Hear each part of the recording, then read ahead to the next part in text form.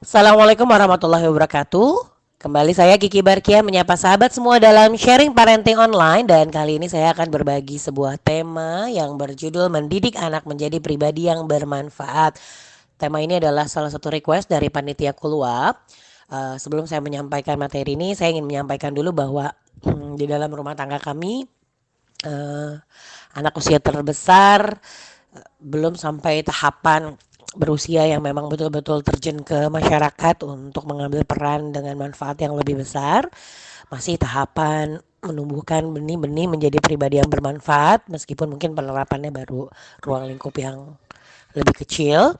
Tetapi mudah-mudahan sharing yang saya sampaikan ini insya Allah saya latar belakangi dengan bagaimana perjalanan hidup saya atau motivasi yang selalu saya tumbuhkan, sehingga saya selalu berikhtiar untuk menjadi pribadi yang bermanfaat, dan bagaimana kemudian hal itu sedikit banyak kita terapkan dalam pengasuhan sehari-hari di rumah. Ya, kita mungkin sama-sama mengenal sebuah hadis Rasulullah SAW bersabda, sebaik-baik manusia adalah yang paling bermanfaat bagi orang lain. Hadis riwayat Ahmad, Tabrani, Duruqutni. Saya yakin sebenarnya setiap orang juga pasti bermanfaat, minimal untuk lingkungan yang terdekat, lingkungan keluarganya. Tetapi ada orang-orang yang memang mendapatkan karunia peran dari Allah Subhanahu wa taala, di mana peran yang dilakukannya itu betul-betul bisa mengimbas, memberi dampak positif pada skala yang lebih luas.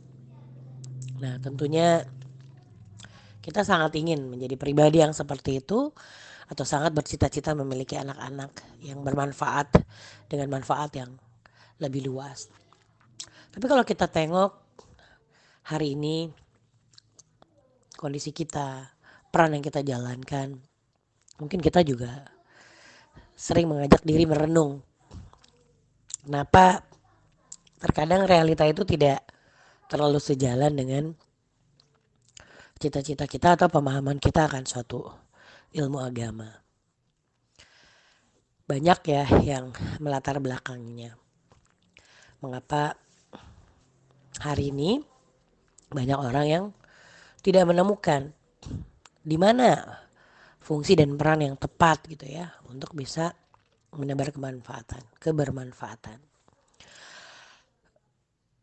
Atau ada juga orang-orang yang sebenarnya sudah memegang peranan yang cukup penting dalam sebuah peradaban, tetapi dia tidak memaknai hal ini sebagai upaya gitu ya untuk menebar kebermanfaatan yang lebih luas. Atau ada banyak orang yang memiliki fungsi dan peranan sosial yang sebenarnya sangat empuk untuk bisa menabur kebermanfaatan, untuk memberikan pengaruh kepada masyarakat lebih luas. Tetapi justru ia kontraproduktif, ia memilih sesuatu hal yang sebaliknya, sehingga terkenalnya, pamornya itu justru mengajak orang kepada hal-hal yang lebih buruk. Nauzubillah. Atau ada orang yang mungkin hari ini sangat sibuk gitu ya dengan pekerjaan yang padat rutinitasnya, bahkan mungkin begitu banyak menghabiskan waktu, tenaga, dan pikiran, tetapi ia hanya membawa pulang makna untuk diri dan sekedar keluarganya. Padahal di saat yang sama dia punya kesempatan untuk meraup pahala jariah yang lebih banyak. Sedikit banyak hal itu juga dipengaruhi oleh bagaimana pola asuh yang membentuk konsep diri seorang manusia. Karena hari ini kita bisa menemukan banyak orang-orang yang seusia dengan kita sibuk gitu ya dengan perkara dunia, sibuk menumpuk pundi-pundi harta. Ternyata kalau diusut, ia tumbuh dalam lingkungan yang memang terbiasa mengukur sesuatu itu dengan hal yang bersifat materi dan terakuntabilitas. Sederhananya misalnya, ketika seorang anak ingin memilih kuliah, kadang orang tua mempertimbangkan jurusan-jurusan mana saja yang kira-kira nanti akan jadi orang kaya. Jurusan-jurusan mana yang kira-kira nanti akan diterima di perusahaan-perusahaan bergengsi yang berpotensi memiliki gaji yang besar. Beberapa dari rekan-rekan saya yang mungkin hidup dengan mengejar materi, alhamdulillah ada beberapa yang kemudian mendapatkan hidayah dan mulai berpikir gitu ya. Sebenarnya untuk apa kita hidup di dunia ini? Ternyata materi yang dikejar setiap hari itu seolah tidak ada habisnya dan tidak ada ujungnya. Tapi tidak semua kemudian membekas dalam makna yang dalam dalam kehidupan mereka gitu. Nah, kembali pada pola asuh yang membentuk pola pikir seorang manusia. Karena tanpa sadar, orang tua menjebak anak-anak untuk hanya berputar tentang materi dan cita-cita yang mungkin sebatas dunia. Bahkan dalam pemilihan jodoh pun banyak ya orang tua yang terjebak tentang itu. Udah nikah sama PNS aja supaya nanti ada pensiunnya. Visi-visi yang pendek, sempit, yang sebenarnya tidak sesuai dengan fitrah manusia. Allah Subhanahu wa taala berfirman dalam surat Al-Isra ayat 7, "Jika kalian berbuat baik, sesungguhnya kalian berbuat baik bagi diri kalian sendiri." Subhanallah. Andai ayat ini sering kita sampaikan kepada anak-anak, bahwa ketika kita menanam suatu kebaikan, kelak kita akan memetiknya meskipun panen itu tidak selalu harus sama atau berasal dari sesuatu yang kita tanam. Hal-hal yang mungkin kecil dan sederhana dalam kehidupan anak-anak kita hari ini, tanpa terasa itu terinternalisasi dalam diri mereka, sehingga melatar belakangi mereka dalam bertindak dan bersikap. Dan tentu itu akan sangat mudah jika mereka sendiri sehari-hari melihat kita sebagai orang yang sangat bermanfaat, yang memiliki visi, misi, cita-cita, dan keinginan besar untuk menjadi pribadi yang bermanfaat, yang memberdayakan semua resource yang kita miliki, harta kita, tenaga kita, keahlian kita, ilmu kita, untuk sebanyak-banyaknya meraih pundi-pundi pahala. Maka anak pun akan dengan sendirinya melihat contoh dalam realita tentang makna hidup, tentang bagaimana ia bersyukur terhadap semua titipan Allah, tentang bagaimana ia menghabiskan waktu, tentang bagaimana ia mengaplikasikan keahlian, ilmu, dan kebiasaan yang dimilikinya. Keteladanan ini tanpa banyak disampaikan akan lebih mudah terinternalisasi dalam diri anak-anak. Namun ayat-ayat, hadis-hadis yang menjadi berita gembira tentang amal baik yang bermanfaat bagi orang lain, hendaklah sesuatu yang sering disounding kepada anak-anak kita dalam beramal, sehingga mereka pun semakin lama semakin bijaksana untuk beramal, tidak karena reward yang nampak konkret dekat dalam pandangan mereka, sehingga kita akan melihat anak-anak lebih tulus membantu kita mempermudah urusan. Kita mungkin bisa menyampaikan sabda Rasulullah SAW, barang siapa membantu keperluan saudaranya, maka Allah akan membantu keperluannya. Kita motivasi anak-anak untuk meringankan beban dan tanggung jawab kita dengan membantu keperluan saudara-saudaranya, terutama yang lebih kecil. Dan bagaimana kita memotivasi untuk menghadirkan reward dari Allah atas amalannya. Meskipun dalam kadar usia tertentu mereka mungkin masih membutuhkan tambahan reward sebagai bumbu yang menyemangati mereka dalam berbuat kebaikan. Reward konkret dari orang tua ini akan semakin lama kita hilangkan. Kemudian seiring dengan pertambahan usia dan pertambahan kebijaksanaan anak-anak. Anak-anak mudah-mudahan kelak hanya berharap reward dari Allah semata dalam melakukan amal baik di dalam keluarga. Kita sering sekali menemukan anak-anak yang mungkin dengan keterbatasan pikirannya sering mempersulit keadaan. Padahal dalam pandangan kita hal itu menjadi sangat mudah untuk diselesaikan. Dan banyak kemudahan bisa terlahir dari keikhlasan, keinginan untuk berbagi, keinginan untuk berkorban gitu ya. Bahkan hanya berharap sesuatu dalam sisi Allah gitu ya. Dengan memberikan apa yang kita cintai kepada orang lain. Maka komunikasi-komunikasi bermakna yang syarat dengan ayat-ayat Al-Quran dan hadis-hadis Rasulullah yang memotivasi anak beramal harus kita biasakan untuk terbangun di dalam komunikasi keluarga kita.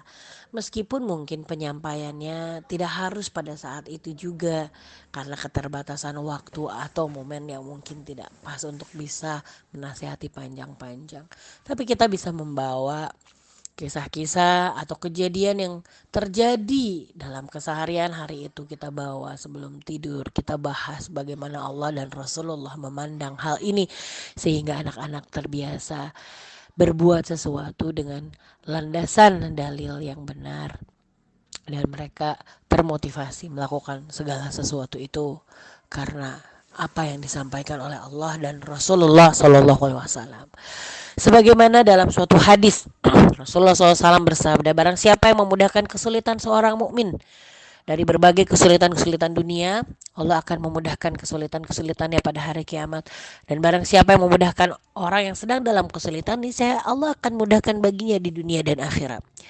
Tawaran-tawaran ini begitu sangat menggiurkan untuk kita berikan kepada anak-anak bila anak-anak bersedia bekerja sama untuk memudahkan urusan kita. Siapa yang mau memudahkan urusan Umi, insya Allah Allah akan memudahkan urusannya di akhirat. Tapi mungkin pada usia-usia tertentu hal ini masih bersifat abstrak. Tapi tidaklah mengapa terus-menerus kita menyertakan kabar-kabar ilahiyah ini sehingga kelak pada saat perkembangan otak mereka sudah semakin lebih sempurna, mereka mulai menangkap pesan-pesan surgawi seperti ini sehingga mereka akan lebih termotivasi ya untuk melakukan sesuatu itu karena Allah dan hanya berharap pahala dari Allah. Hal-hal yang sederhana, kecil kita terapkan di dalam keluarga. Kemudian keteladanan yang mereka lihat dari diri kita yang menjadi pribadi bermanfaat. Lalu kemudian kita tambahkan dengan menghembuskan visi-visi besar dalam hidup mereka yang diawali dengan menumbuhkan rasa empati, kepekaan terhadap problematika. Sehingga sedari kecil mereka punya mimpi-mimpi besar bahwa apa yang mereka pikirkan, apa yang mereka buat, solusi apa yang mereka keluarkan harus berdampak pada sesuatu yang lebih besar. Sebuah bakat potensi yang sama itu akan mengimbas ya dengan dampak yang berbeda tergantung bagaimana cara pandang kita terhadap makna dari pemanfaatan potensi tersebut. Seseorang yang menjalani pendidikan iman yang baik, insya Allah akan senantiasa berpikir dengan sangat cermat, detail bagaimana setiap lelah, setiap daya dan usaha, setiap waktu yang terbuang itu harus memiliki nilai yang berlipat ganda, bahkan mungkin berpangkat-pangkat gitu ya. Sehingga satu kali dayung, 2-3 pulau terlewati, bahkan kalau bisa gitu ya, mungkin samudra itu bisa kita lintasi sehingga kebermanfaatannya lebih banyak. Dan anak-anak juga harus melihat ya wujud nyata bagaimana dalam keterbatasan apapun yang kita miliki, kita selalu berusaha untuk memberikan manfaat meskipun sedikit, meskipun nampak kecil, tapi itu merupakan suatu pengorbanan yang tetap besar dalam kapasitas kita. Biarkan anak tahu bahwa saat kita tidak punya uang, kita tetap ingin bersedekah. Saat kita sempit, kita tetap ingin membantu. Biarkan anak tahu bahwa saat kita tidak bisa membantu harta, maka kita melapangkan urusan orang lain dengan tenaga kita. Saat kita tidak punya tenaga untuk melakukannya, mungkin kita melapangkan urusan orang lain dengan pikiran atau solusi-solusi dari kita. Biarkan anak tahu aktivitas kita, sehingga dengan sendirinya mereka akan terbentuk suatu visi besar. Anak-anak yang terbiasa membaca biografi orang-orang hebat yang hidup tidak hanya sekedar untuk diri dan keluarganya, yang hidup tidak hanya sekedar untuk mengurusi perut dan tidurnya. Mereka akan terinspirasi untuk melakukan hal-hal yang besar. Hargai karya-karya kecil mereka, walaupun sederhana di dalam rumah, kemudian hembuskan dalam mimpi-mimpi yang jangka panjang, meskipun mereka masih beraksi dalam skala yang kecil. Hal ini akan memotivasi mereka gitu ya, agar kelak di masa yang akan datang mereka akan lebih besar, menciptakan karya yang berimbas, berdampak pada masyarakat yang lebih luas. Dan jangan biarkan hal-hal sederhana yang nampak amalan kecil gitu ya, itu tidak menjadi kesempatan bagi kita untuk memotivasi mereka. Terima kasih ya abang. Abang tadi udah ngasih ini ke adek. Itu sudah sangat membantu Umi. Karena abang begini, maka begitu kita bisa bercerita. Masya Allah, anak-anak yang senantiasa dihargai pada hal-hal yang sederhana, mereka akan insya Allah semakin bersemangat untuk melakukan hal-hal yang lebih besar lagi. Bahkan anak-anak batita, ya balita, yang kita apresiasi dengan bantuan-bantuan kecilnya, mereka sangat bersemangat untuk melakukan hal itu sendiri, bahkan mulai berpikir untuk membantu orang lain dalam bentuk yang sederhana sesuai dengan kemampuan mereka. Maka sambut fitrah anak untuk kemudian membantu. Yang sering sekali karena ketidaksabaran orang tua itu membuat anak-anak tidak bersemangat lagi untuk berkarya. Ingin membantu, kita melihatnya sebagai sesuatu kerempongan yang mengganggu pekerjaan kita. Padahal itu adalah fitrah yang terlahir dari jiwa anak-anak yang memang baik, ingin berkontribusi.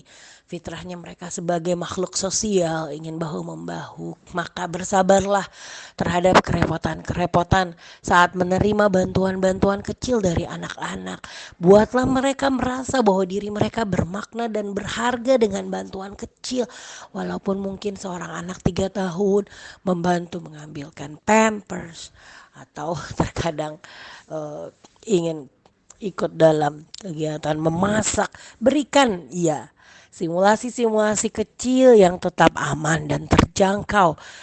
Lebih sekedar membuat mereka merasa terlibat dalam suatu proyek besar dan membuat diri mereka bermakna, bermanfaat. Dari situ insya Allah anak-anak akan terus bersemangat untuk menjadi pribadi yang bermanfaat bagi orang lain, pribadi yang memudahkan urusan orang lain.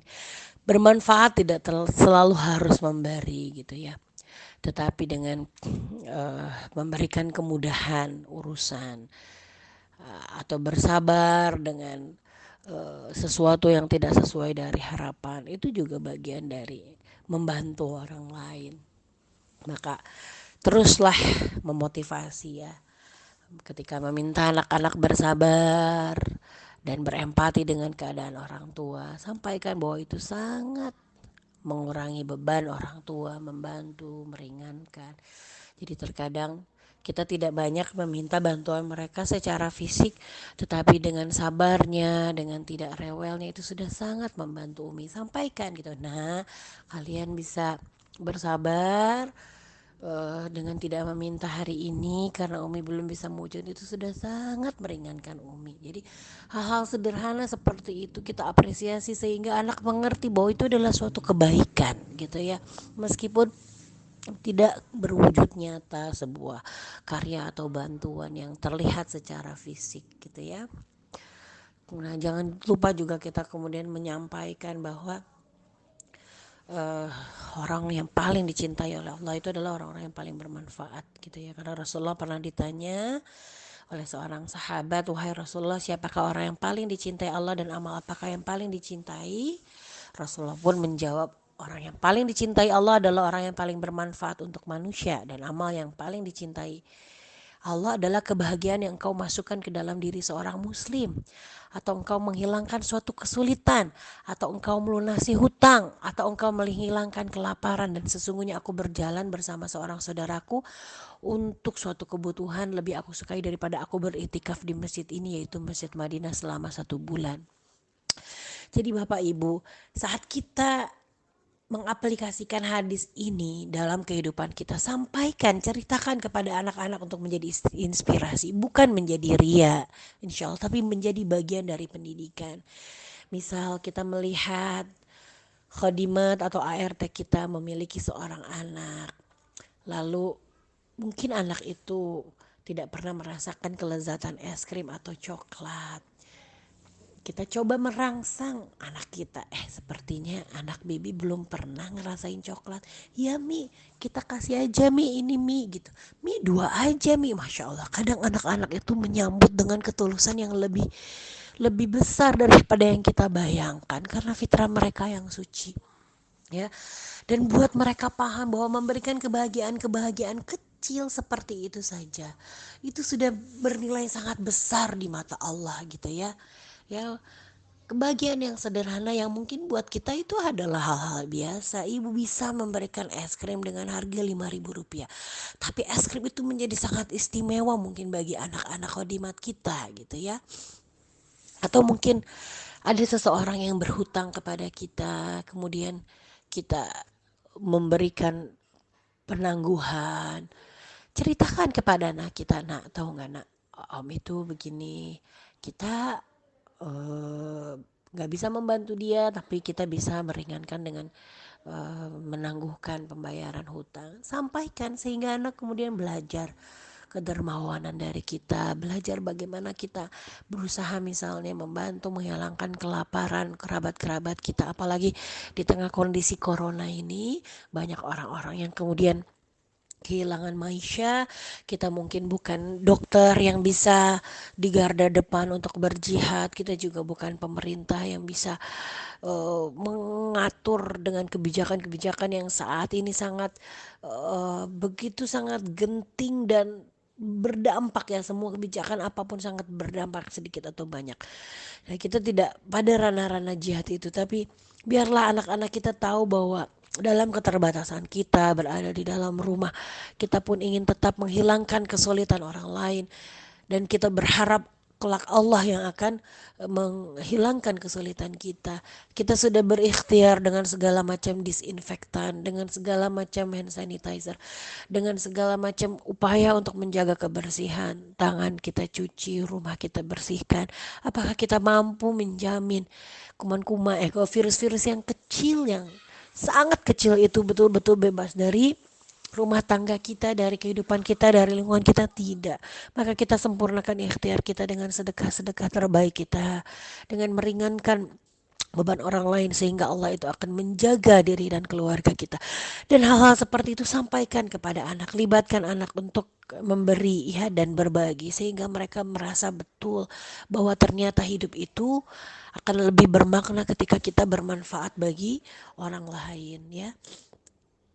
Bahkan kebermanfaatan seperti itu ternyata lebih dicintai oleh Rasulullah daripada beriktikaf sebulan ya. Apalagi kalau beriktikaf sebulannya itu bahan kebutuhan dasarnya harus dikirimkan oleh orang lain gitu ya. Nah, bahkan dalam satu hadis Rasulullah SAW bersabda, ya, barang siapa yang menghentikan amarahnya maka Allah akan menutupi kekurangannya.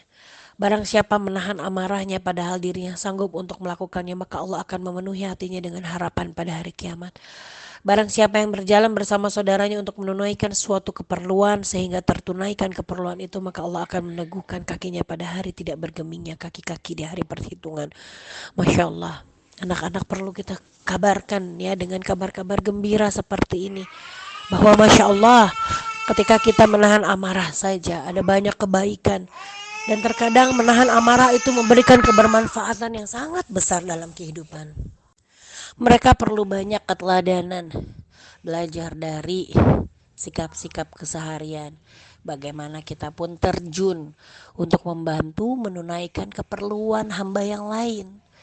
Ya, meskipun itu akan mengorbankan waktu kita, tenaga kita gitu ya, agar kemudian seseorang ini tertunaikan hajatnya. Anak akan melihat itu dari kita, dari keseharian kita. Maka tanpa kita banyak berbicara pun mereka mengadopsi bagaimana sebuah jalan hidup, cara hidup dan kebiasaan hidup. Kecil ataupun besar, bagaimana kita meniatkan segala sesuatunya tidak hanya sebatas berbuah di dunia tetapi di akhirat. Nah, tetapi banyak sekali orang-orang yang kurang berhasil memberikan dampak yang luas, bukan karena ketidakmampuannya tetapi karena ketidaktahuannya tentang apa yang sebenarnya ia miliki dan ia mampu lakukan. Jadi selain kerja ikhlas, kita pun tetap harus kerja cerdas. Karena ada seseorang yang menghabiskan banyak waktu 24 jam dengan suatu kerja keras yang dia rasa sebagai upaya untuk melakukan kebermanfaatan. Tetapi di sisi lain ada orang yang mungkin kerja lebih mudah dengan waktu yang lebih singkat, tetapi memberikan kebermanfaatan yang lebih besar. Jadi untuk suatu effort yang sama, kita punya dampak yang berbeda. Atau untuk suatu hasil yang sama, kita punya effort yang berbeda. Jadi tentang hal ini saya pribadi mungkin lebih senang menjalankan seminar online seperti ini ya. Meski di atas kasur sambil baringan, sambil sakit atau sambil menyusui. Ya, saya berusaha untuk tetap meraih ya pundi-pundi amal yang lebih banyak dalam skala yang mungkin lebih luas. Nah, maka penting sekali untuk kita memahami siapa diri kita, bagaimana secara spesifik Allah menciptakan kita, sehingga kalau suatu alat ya atau mesin dipergunakan sesuai dengan spek bagaimana dia dibuat, insya Allah akan lebih optimal gitu ya, sehingga cost yang kita keluarkan itu sangat efektif dan efisien. Kan sayang ya kalau ibu punya kulkas besar sekali yang 2 pintu menyamping, tapi ternyata ibu karena pakai GoFood tiap hari cuma naruh telur gitu ya, padahal listrik dinyalainnya sama tapi kebermanfaatannya sedikit. Makanya kita perlu tahu spek kita, spek anak-anak kita, dan bagaimana kita menghembuskan terus dari spek yang kita temui bahwa itu ada di dalam keluarga kita, itu kita optimalkan untuk karya-karya besar. Libatkan anak-anak dalam proyek-proyek besar di dalam rumah tangga kita, dengan senantiasa harus mengkolerasikan hal itu dengan sesuatu yang di sisi Allah itu berat gitu nilainya. Jadi misalnya seperti ini, ibu punya bisnisnya mungkin nampak tidak terlalu nyambung dengan kehidupan akhirat, tapi niatkan bahwa dengan berdagang ini ibu bisa memenuhi keperluan keluarga, bisa membantu orang lain. Dengan anak-anak misalnya hanya terlibat untuk memasukkan kerupuk ke dalam plastik ketika ibu jualan nasi uduk misalnya, ya buatlah anak-anak kemudian memaknai bahwa dari nasi uduk ini kita bisa beli buku, kita bisa membantu saudara dan segala macamnya. Ya, nah, eh balik lagi soal spek. Makin kita tahu siapa kita, makin kita tahu apa bakat kita, makin kita berusaha untuk mencari tempat yang tepat untuk menyalurkannya. Setelah menemukan tempat yang tepat untuk menyalurkannya, minta sama Allah petunjuk untuk mencari cara terefektif dan terefisien untuk eh, menghasilkan karya atau amal yang berdampak lebih luas, ya. Jadi kalau hari ini ibu sebagai ibu rumah tangga sering sekali misalnya mengalami kegalauan atau suka merasa perasaan tidak berdaya, tidak berharga gitu ya. Itu karena belum memaknai apa yang sekarang sudah dilakukan dalam pandang makna yang mungkin mendalam dan jauh gitu, dan belum kemudian mengoptimalkan sisa waktu dan tenaga serta potensi yang tersisa untuk melakukan hal lain di luar itu. Bukan berarti ketika kita tidak memiliki pekerjaan lain selain menjadi seorang istri dan ibu, dengan menjibaku aktivitas rumah tangga kita merasa tidak memiliki manfaat yang luas gitu ya.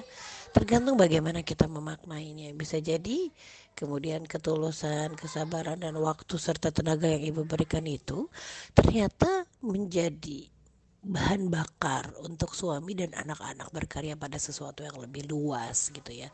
Karena memang ada wanita-wanita yang diciptakan untuk menjadi orang di balik layar, dari orang-orang yang memang memiliki peran-peran besar di dalam peradaban ini. Maka kita niatkan itu gitu ya, sebagai bagian dari kontribusi itu ya.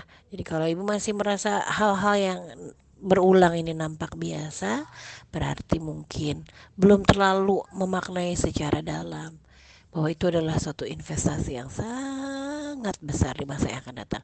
Bayangkan kalau seseorang yang sedang kita ganti popoknya hari ini, yang sedang kita suapi MPASI-nya, karena mereka menjadi seseorang yang bermakna ilmunya, bermanfaat karyanya, maka hal-hal yang sederhana itu akan menjadi besar di mata Allah ya. Nah, kita yang sering sekali lupa untuk mensyukuri karena kurang mendalami makna. Atau ada juga yang memang merasa galau dan sering merasa tidak berharga karena memang sebenarnya masih memiliki sisa waktu, sisa potensi, tapi dibuang untuk hal-hal yang sebenarnya tidak terlalu bermakna. Atau tetap bermakna tapi mungkin tidak perlu harus menghabiskan space waktu sebesar itu. Ibu berlama-lama membaca berita juga terkadang membuang banyak waktu. Padahal mungkin pada beberapa hal kita cukup membaca judul dan tahu gitu ya. Baru pada beberapa hal yang penting kita menghabiskan waktu lebih besar untuk membacanya. Sehingga kita masih punya banyak waktu yang lain ya untuk melakukan hal-hal yang produktif. Ya tentu ya tidak ada kamus di dalam kehidupan kita sebagai pribadi yang bermanfaat kalau masih melakukan hal-hal yang sia-sia, scrolling sana scrolling sini, lihat kehidupan orang lain. Nah, hal itu mohon ditinggalkan ya, karena kualitas diri seorang muslim salah satunya dilihat bagaimana ia bisa meninggalkan hal-hal yang sia-sia untuk menjadi seorang pribadi yang bermanfaat. Maka kita mulai dari membiasakan diri untuk menjadikan setiap detik kita melakukan hal-hal yang bermanfaat, sehingga kemudian nanti akan ketemu dengan takdirnya, dengan berbagai kesempatan sejalan dengan niat kita, sejalan dengan pengalaman kita, Allah kemudian menghadirkan kesempatan-kesempatan itu. Bisa ditanya dengan orang-orang yang mungkin sedang melakukan hal-hal yang besar. Tidak semua hal yang dia lakukan itu ia kejar. Tetapi sebenarnya seseorang itu akan sangat dimudahkan sesuai dengan takdirnya. Maka kesempatan-kesempatan untuk beramal itu akan datang dengan sendirinya sejalan dengan cita-cita kita, harapan kita, keinginan kita untuk mengorbankan jiwa dan tenaga kita gitu ya, untuk menjadi pribadi yang bermanfaat. Ketika kesempatan itu datang, selagi kita mampu kita tangkap gitu ya. Kita optimalkan, nanti kita akan berjodoh pada kesempatan-kesempatan besar lainnya yang membuat kita bisa menjadi pribadi yang bermanfaat. Nah, secara otomatis ketika kita fokus hari ini membuat diri kita menjadi pribadi yang bermanfaat, anak pun akan terinspirasi untuk menjadi pribadi yang bermanfaat. Dalam konteks anak-anak, maka kita juga terus harus mengenal spek bagaimana anak-anak kita diciptakan oleh Allah ya, sehingga kita tidak memaksakan anak masuk kepada satu fungsi peran yang tidak sesuai dengan penciptaannya ya. Masing-masing anak sudah memiliki tugas spesifik, tinggal bagaimana kita kemudian terus ya menangkap sebanyak-banyaknya kesempatan yang Allah berikan melalui sinyal-sinyalnya ya, dalam kehidupan yang membuat anak-anak itu nanti pada akhirnya akan menjalankan visi misi hidupnya sesuai dengan panggilan hidupnya. Itu tugas kita hanya mengobservasi, melihat, menstimulus, kemudian menyambut ketika kesempatan itu datang, memberikan sebanyak-banyaknya dukungan, sarana, prasarana, doa, serta memotivasi mereka terus gitu ya untuk senantiasa menghabiskan waktu dengan hal-hal yang bermanfaat, meskipun konteksnya dalam ketika mereka masih kecil ini mungkin masih seputar mencari ilmu dan berkontribusi pada lingkungan sekitar. Baru sekedar bibit-bibitnya yang kita tanam, tapi nanti sejalan dengan produktivitas yang mereka lakukan, kemudian kebiasaan hidup yang kita ciptakan, insya Allah Allah akan menghadirkan undangan-undangan amal soleh lainnya ya dalam kehidupan anak-anak kita. Nah, disitulah kita kemudian terus mendukung anak-anak. Nah, jadi insya Allah ya ketika kita menjadi pribadi bermanfaat pada bidang yang tepat ya, sesuai dengan titipan bakat yang Allah karuniakan, pada bidang yang memang betul-betul diminati, kemudian kita melandasinya semua betul-betul lillahi ta'ala, insya Allah nanti pasti akan ketemu dengan jodoh-jodoh peran terbaiknya ya. Tetapi bila kita tidak memulai itu dengan landasan kitabullah, maka sangat mungkin seorang anak meskipun sudah menemukan bakatnya seperti apa, minatnya di mana, dia akan melakukan karya yang mungkin hanya sifatnya sebatas kebaikan dunia, atau bahkan sebaliknya justru tidak bersifat, tidak mengandung kemaslahatan, bahkan mengandung kemudaratan, nauzubillah ya.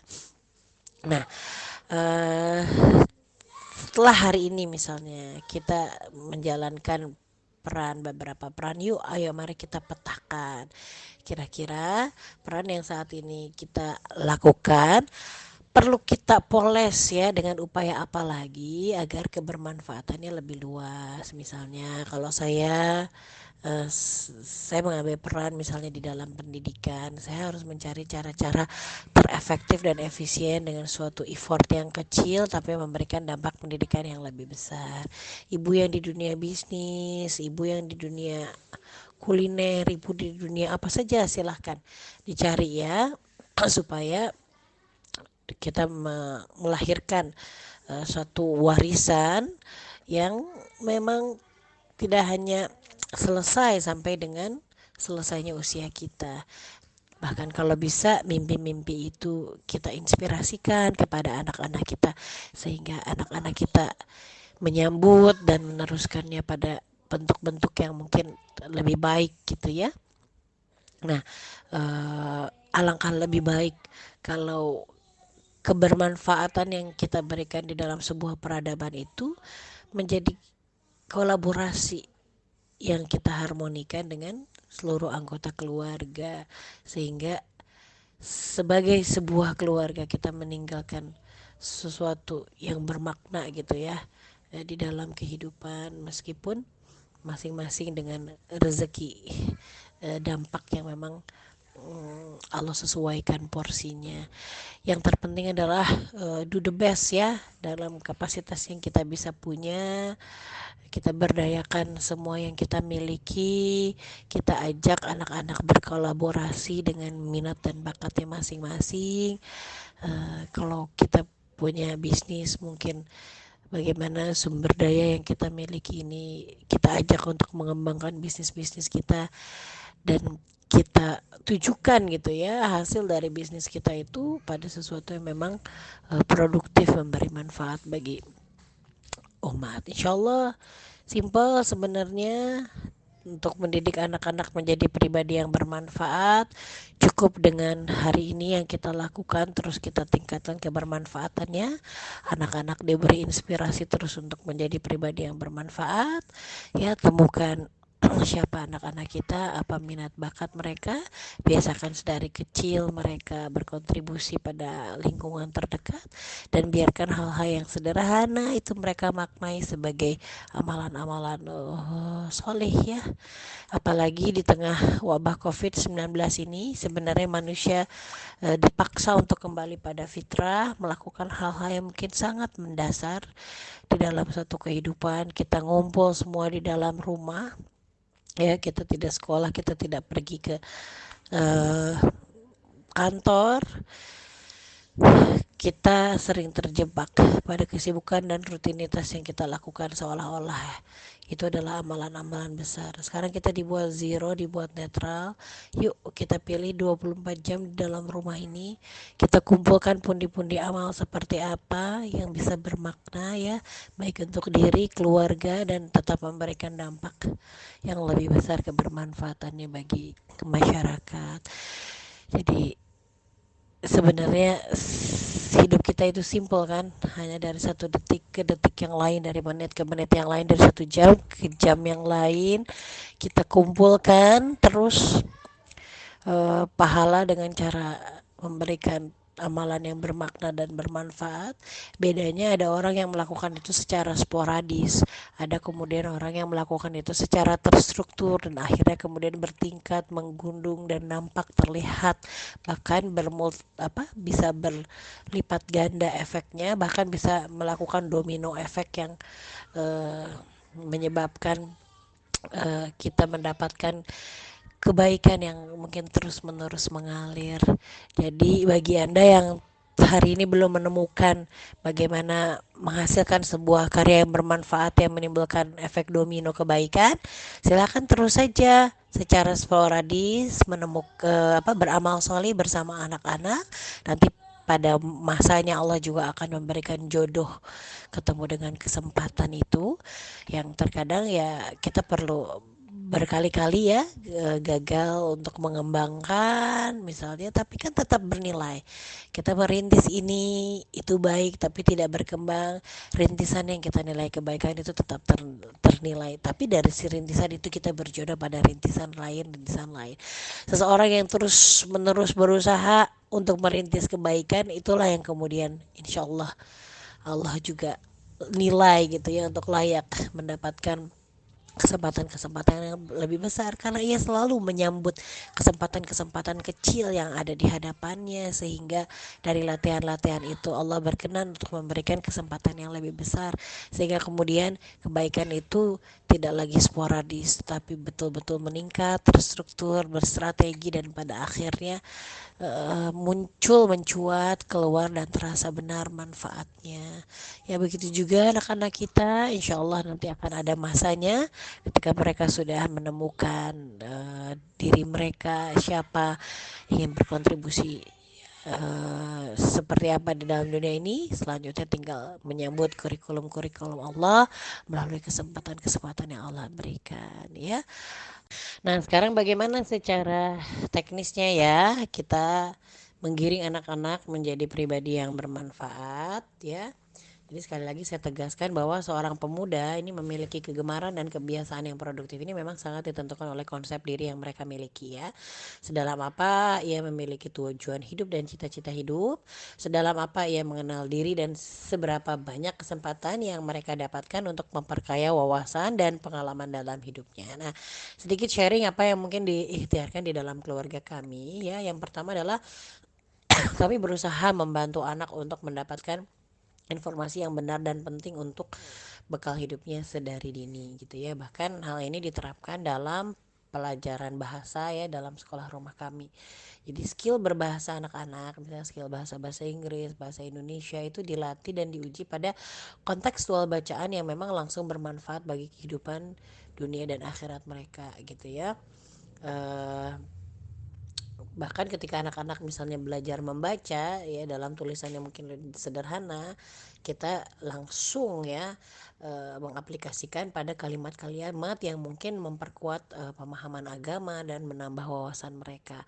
Dan di rumah sendiri kami sangat suka ya melatih listening bahasa Inggris anak-anak dan reading bahasa Inggris anak-anak itu pada tema-tema ilmu pengetahuan yang memang langsung bisa diterapkan dalam kehidupan, seperti sains-sains yang memang berkaitan langsung dengan kehidupan manusia, sehingga anak belajar tidak hanya learn to know tapi learn to be atau ya learn to do dan learn to living together dengan ilmu itu. Nah, eh kemudian yang selanjutnya, selain kita berusaha membanjiri ya anak-anak dengan berbagai informasi yang bermakna tadi, baik itu lewat lisan, tulisan ataupun multimedia sedari kecil, ya kita juga berusaha untuk melatih anak-anak untuk punya kemampuan dalam mengambil informasi gitu ya, atau menggabungkan informasi satu dengan informasi yang lain, atau menganalisis ya, membandingkan satu informasi dengan informasi yang lain yang pernah mereka dapatkan sebelumnya untuk kemudian kita gunakan ya dan kita terapkan dalam konsep nyata dalam kehidupan. Jadi saya tuh sering sekali justru dinasihati sama anak-anak karena mereka misalnya sudah lihat video ini tentang bahaya ini, tentang apa namanya efek ini, sehingga Umi tau nggak ini tuh harusnya nggak boleh gitu. Jadi berusaha untuk menerapkan itu di dalam keseharian, walaupun kadang mungkin karena keterbatasan waktu kita mungkin masih dengan hal-hal yang instan yang kita tahu kita tidak boleh terlalu sering melakukan atau mengkonsumsinya gitu ya. Tetapi at least anak-anak sudah tahu gitu bahwa ada ilmu pengetahuan di balik suatu aturan, larangan atau uh, ya kebiasaan yang perlu dilakukan oleh seorang manusia ya, tinggal secara perlahan ya kita berusaha untuk mengamalkannya. Nah, selain itu kita juga berusaha ya memperkaya anak-anak dengan beragam pengalaman baru supaya mereka meningkat ya kemampuannya dalam memecahkan masalah. Jadi terkadang ayahnya sih terutama karena memang sering sekali membaca ya dan seperti perpustakaan yang di dalam keluarga, jadi kadang untuk memecahkan masalah sesuatu itu mereka dibahas gitu ya konsepnya dari sisi sains dan segala macamnya. Nah, terus kemudian ketika anak diperkaya pengalaman, maka mereka akan belajar memecahkan masalah. Terkadang dengan keterbatasan mereka kan mereka masih memecahkan masalah tapi kurang efektif ya, kurang efisien. Nah nanti biasanya kita coba kasih mereka informasi atau pengalaman supaya mereka itu bisa terdorong untuk bertindak lebih efektif dan efisien dalam melakukan pekerjaan. Jadi kalau Rasulullah SAW tuh pernah mengajarkan seseorang anak gitu untuk menguliti kambing, uh, karena dia melihat bahwa anak tersebut menguliti kambing dengan cara yang mungkin tidak efektif, tidak efisien.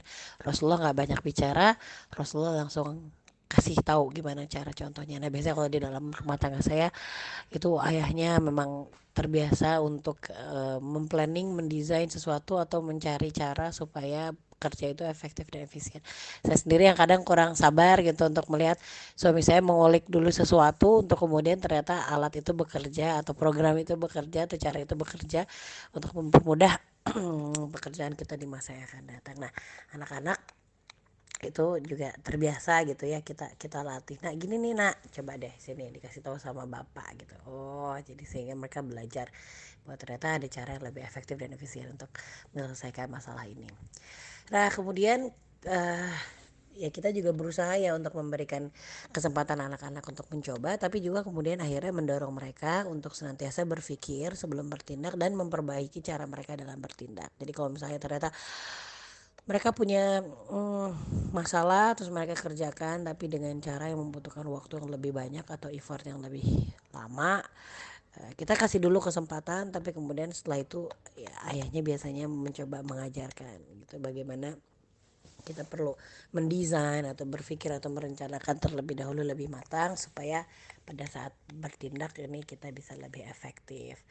Uh, Kemudian supaya anak-anak itu di masa yang akan datang terbiasa untuk menerapkan sesuatu hal yang baru, maka dalam belajar ya, kadang kita berusaha mendorong mereka untuk melakukan berbagai variasi gitu ya. Jadi kalau misalnya mereka dapat informasi dari satu channel tentang ini, kamu coba deh kalau pakai ini gimana, kalau pakai ini gimana gitu ya. Biasanya memang beberapa anak terlihat ya bakatnya. Beberapa anak yang lain mungkin lebih pada ya sudah kita coba menerapkan hal yang ada.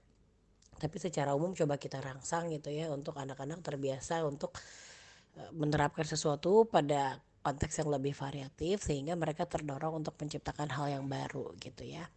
Makanya kita berusaha untuk memberikan sebanyak-banyaknya sarana dan kebebasan dalam mengeksplorasi sumber daya yang ada di lingkungan rumah, bahkan membuat bagaimana lingkungan itu aman untuk membuat mereka melakukan sendiri dan mencoba gitu. Jadi kalau di rumah tuh baking itu kadang anak-anak udah bisa mandiri, jadi kita kasih juga kebebasan kepada mereka untuk memvariasikan supaya nanti kemudian mereka terinspirasi untuk membuat hal yang baru. Coba kalau ininya dikurangin, coba kalau ininya diganti, kalau ininya diganti dengan ini bagaimana gitu ya. Ya walaupun kita juga pernah beberapa kali mengalami misalnya baking di laboratorium yang gagal gitu ya.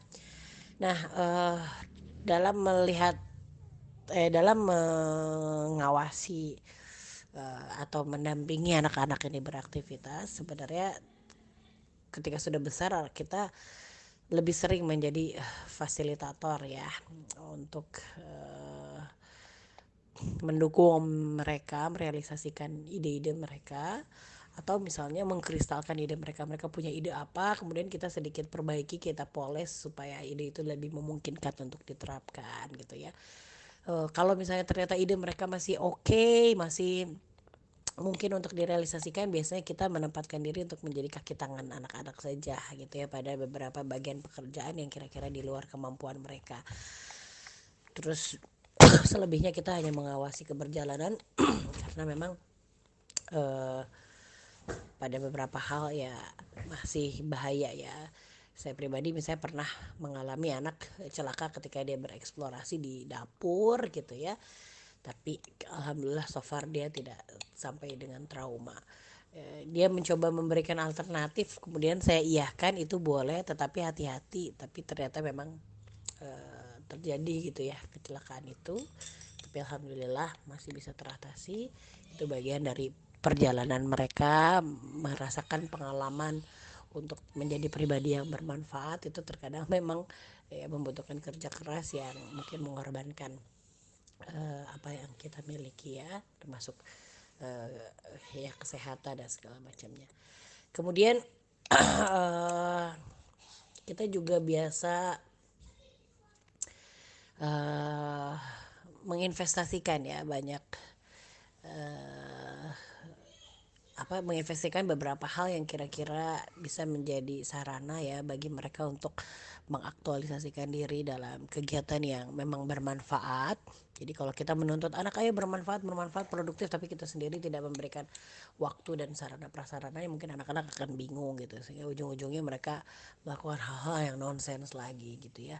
Nah karena kita mungkin nggak banyak anak yang bersekolah, jadi porsi-porsi SPP itu memang kita alokasikan untuk ya menciptakan suasana sekolah yang memang suasana rumah yang betul-betul memang syarat dengan nilai-nilai pendidikan gitu ya. Jadi porsi besar memang cukup kita anggarkan ya untuk belanja hal-hal yang sifatnya mendorong mereka untuk berkreasi, berkreativitas, menyalurkan ide, imajinasi, tenaga dan pikiran mereka pada hal-hal yang produktif.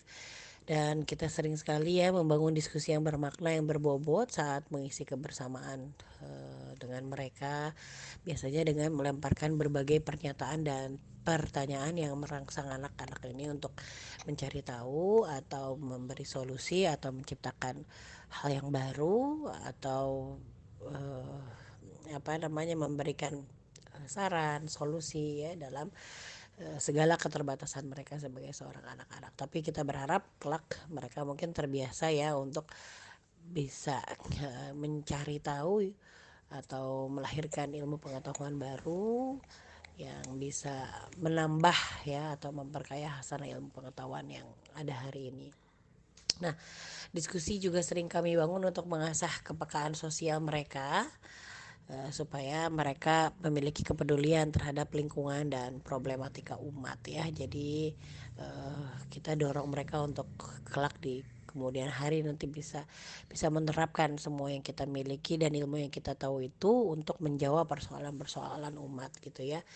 Nah, memang di keluarga kita juga nggak terlalu punya banyak waktu ya untuk mengikuti budaya pop atau tren masa kini ya, anak-anak muda.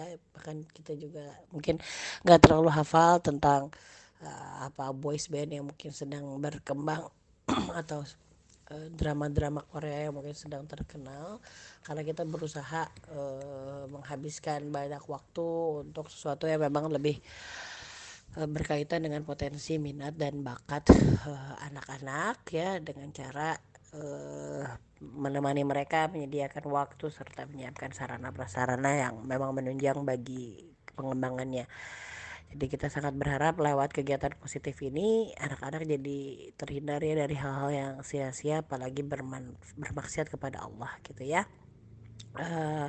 Dari diskusi-diskusi yang kita bangun, dari pengalaman tour de talent yang kita lakukan, kita juga memperkaya mereka dengan beragam informasi yang bermanfaat supaya mereka terangsang ya dari muda itu punya visi misi dan mengarahkan energi mereka untuk meraih visi misi tersebut. Dan kalau sebelum wabah COVID-19 ini keluarga kami juga sering sekali melakukan perjalanan belajar gitu ya, dan beberapa kali mungkin berhijrah pada tempat yang lebih bermanfaat untuk melatih anak-anak juga memiliki kemampuan dalam beradaptasi dalam lingkungan. Kemudian sering hidup merantau juga ternyata membantu kita mengajarkan life skill dan melatih kemandirian anak-anak gitu ya, sehingga itu tidak terpisahkan dalam pembelajaran atau pendidikan sehari-hari gitu. Jadi ya saya berharap dengan ikhtiar ini anak-anak ini kelak memiliki kepribadian yang keren di mata Allah gitu ya, yang bermanfaat bagi umat, berbuah surga Allah gitu ya.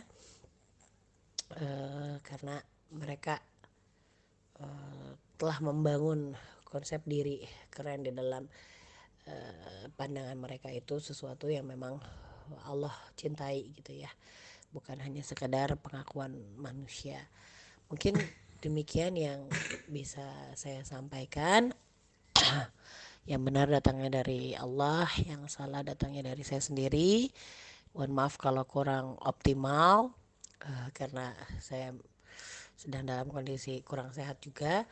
Wabillahi taufiq wal hidayah. Wassalamualaikum warahmatullahi wabarakatuh.